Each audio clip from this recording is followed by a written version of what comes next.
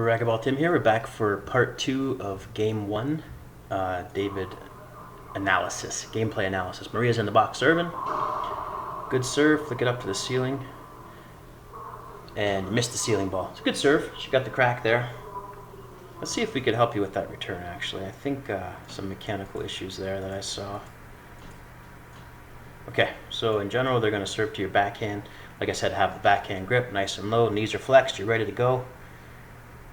So here comes the serve. Looks like you're moving early. I guess you were guessing backhand, which leaves you open to a serve to the left side.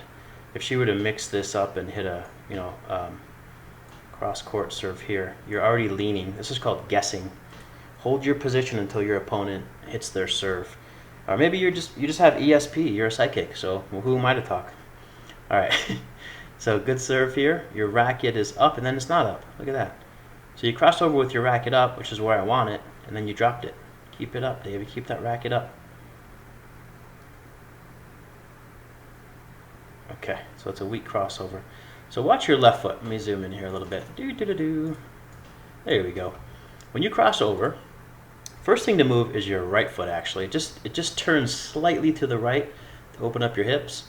And then this foot crosses over all the way to here as your racket comes up. It's something you should practice over and over again. You can face the back glass or wherever you have glass in your racquetball court. You can do it at home in the mirror. Just make sure you're doing it properly by watching yourself do it. And then you cross over with your racket up. Cross over with your racket up. If you're going to lead with your right foot in this situation, it's called a jab step, which is really something you're only going to want to use if they hit like a blistering drive serve that's going to bounce twice over here. And sometimes you have to just jab step to get to it.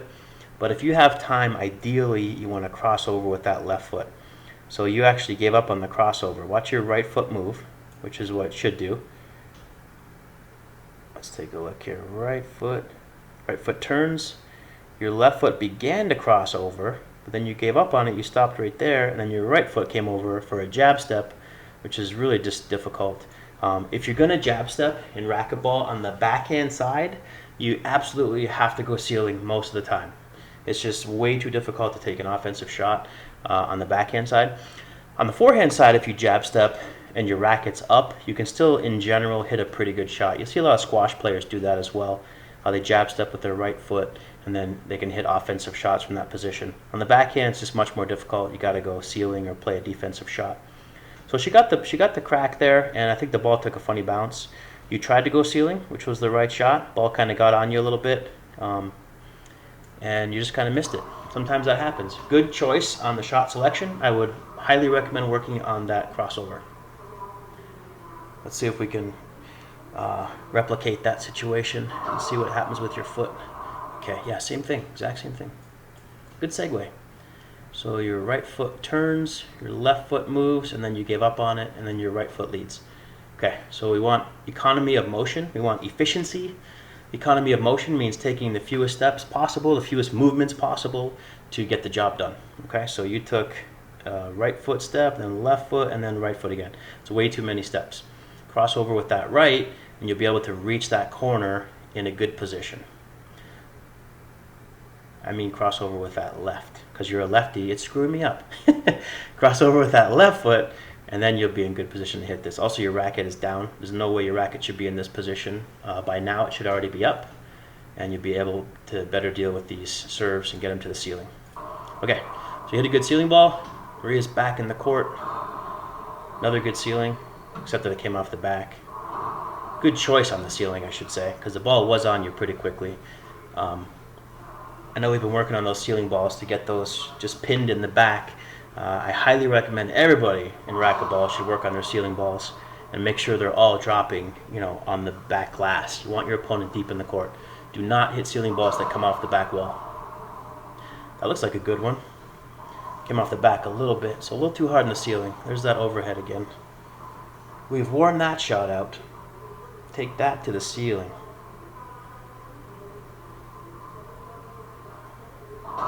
Oh, good serve. Not much you can do there. She does that sometime. Just tip your cap. Actually, she's wearing the cap. Tip your headband. Another really good serve. When her serve's on, man, it's tough. I do believe you could have got this, though. I do believe the mechanics that I mentioned earlier were the culprit. Let's take a look. There's the cross. Yeah, it's not crossing over. Yep. Okay. It's going to be something that you'll work on, and you'll be here instead of where you are. You'll be much farther over, and your racket will be up in good position. So work on that, and you'll have some immediate results. Also, when you cross over to return drive serve, try to imagine there's a ceiling. I tell my students there's a ceiling that's this high, and that's on the back glass, and you got to stay under that ceiling as you're crossing over. I don't want your head coming above that line, because then you end up being too high to return a low drive serve. So as you cross over, stay low to the ground. So a couple of good serves by Maria. Let's see what she does here. She tries that crack again, ended up being a jam. Good choice on the return. Oh, nice pinch. Little reverse pinch roll out there. You chose the right side too. She was on the left side, so pinching to the left is what you want to do. Excellent. The reason I say pinch to the side that your opponent's on is you can't plan to kill every shot. It'd be nice if we can kill every shot, but you have to plan to miss. So if you miss a shot, a pinch to the left, when your opponent's on the left, the ball's going to go to the right, and at the very least, she has to run far to get to it. That's the thought process behind pinching to the side your opponent's on. If you can kill every shot, then just take whatever shot you want. That would be cool if there was a racquetball player who could do that. Not even the #1 player in the world can kill every shot. Although sometimes it seems like it. Whenever Maria hits a short serve, it's a good thing. Gives you a chance.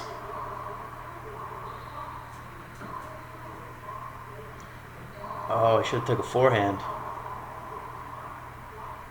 Good job letting it drop. I gotta see that real quick. That was really good on your forehand. This is progress. That's what we want. Okay, so we're gonna get that racket up eventually. There it is. You're in good position. You let this ball drop nice and low, leading with your elbow, full extension. Excellent. Good follow through, good rotation. I mean, that's huge. That's progress. That's what we want to see. So that's something to build on. You can't do that every single time, but you're going to do it more and more frequently.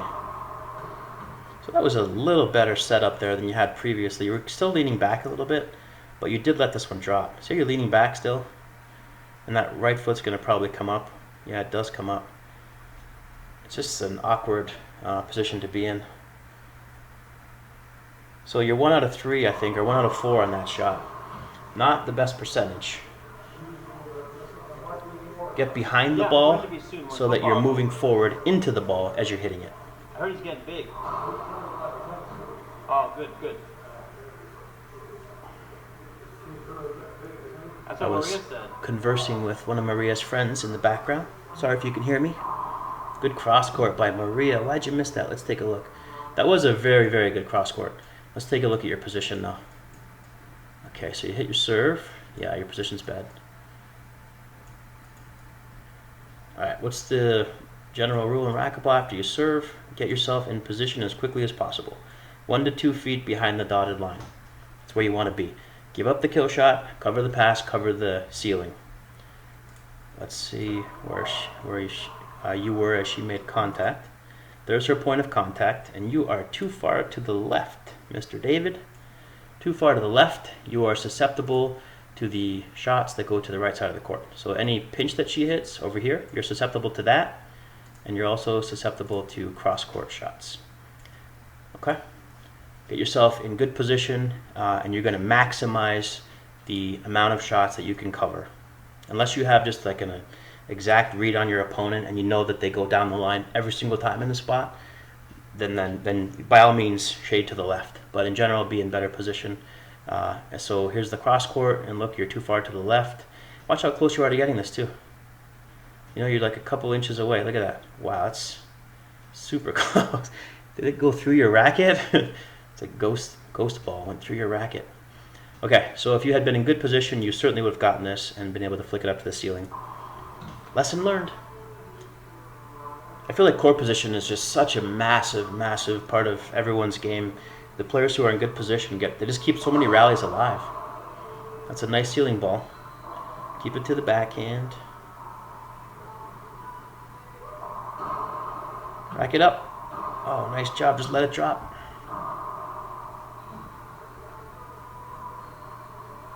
It's a good rally. You had a nice setup on the forehand side that came off the back wall. You just didn't let it drop. You gotta let it drop a little bit lower. You actually hit it good down the line too, just too high. Okay, one more rally and we'll cut it here for part 2. Part 3 will be coming up next. So there's that serve. Okay, so watch your feet guess here again. Okay, so you're assuming that she's going to hit to the right side of the court. You can't assume that when she's in her position that she's in right now. She's in what I call position 1. This is position 1, position 2, position 3. From position 1, a player can hit a drive serve behind them. If they do it right, it's not a screen. They can hit a drive serve to the right side, and then they can hit a Z serve that comes all the way back here and comes out like that. All right, so they have a few different options. 2 of those options actually went to the left side of the court. So I would in general not guess to the right side.